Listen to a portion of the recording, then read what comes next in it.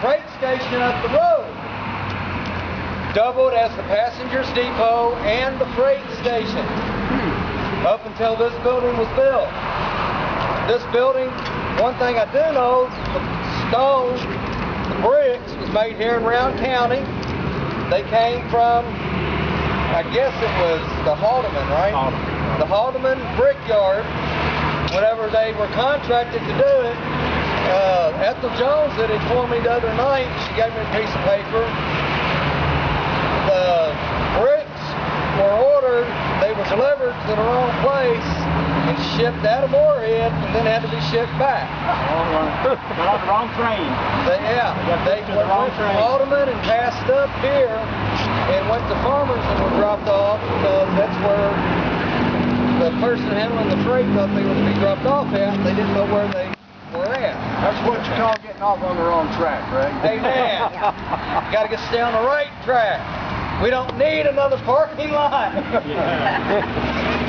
Today, the Chamber of Commerce, I believe they're the only, I think so, uses this building, and before they were in it, they were in a caboose that used to sit on Main Street where the right about where Rite Aid is. Rite Aid's at, right in there, that was brought to Moorhead.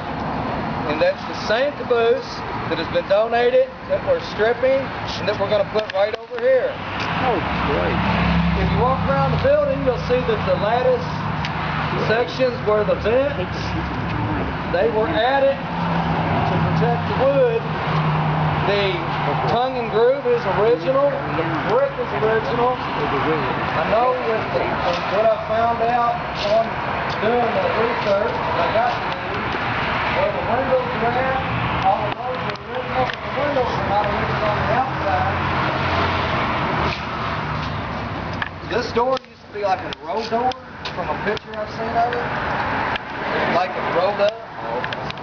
Because it looked there, it was up, and it looked like a road section door. So I'm not sure how old this door was, or if this was the original door that shut, then the roll door went in. But if you look at the wood here, you can see it's original wood around it. And the way that they have the overhang would have been to protect the passengers from the elements if it rained or snowed, because the rail system took you from here to Farmers,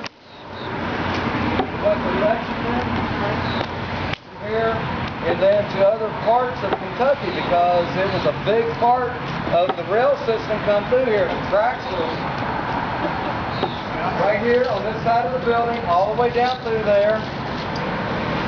The tracks were probably removed. I would say, like a part of Lexington that I drove through the other day, drive over tracks and they're even with the road because they left them instead of taking them up. I would say there's probably several sections of rail and ties and plates still left here. The property is used by our Chamber of Commerce today. It is preserved for history. It is not listed on the National Historic Registry.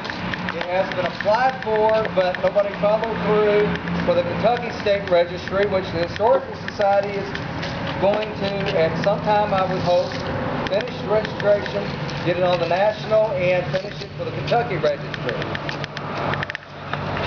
During the use of this building, passengers would come in, debark here, they would purchase their tickets here, their luggage would be lost here.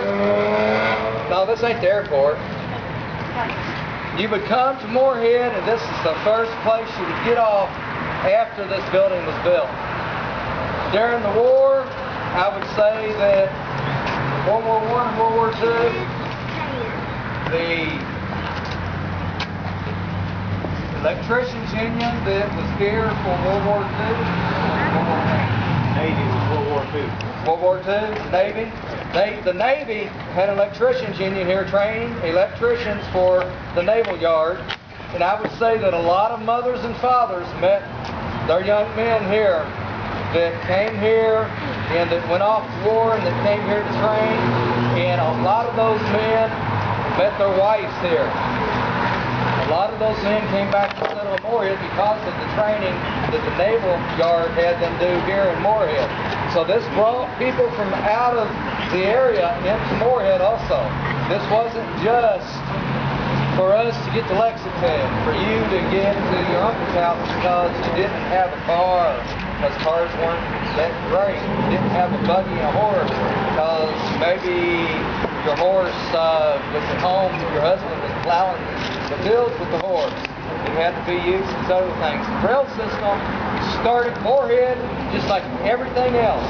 Farmers was one of the first places the rail system came.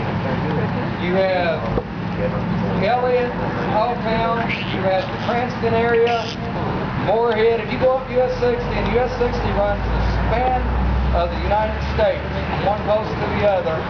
Some of it's called US 60, the other parts of it over the Continental Divide are different things. But the rail system is why we're here. If it was not for the rail system, Moorhead would have been just like any other state, any other county, any other town. It would have been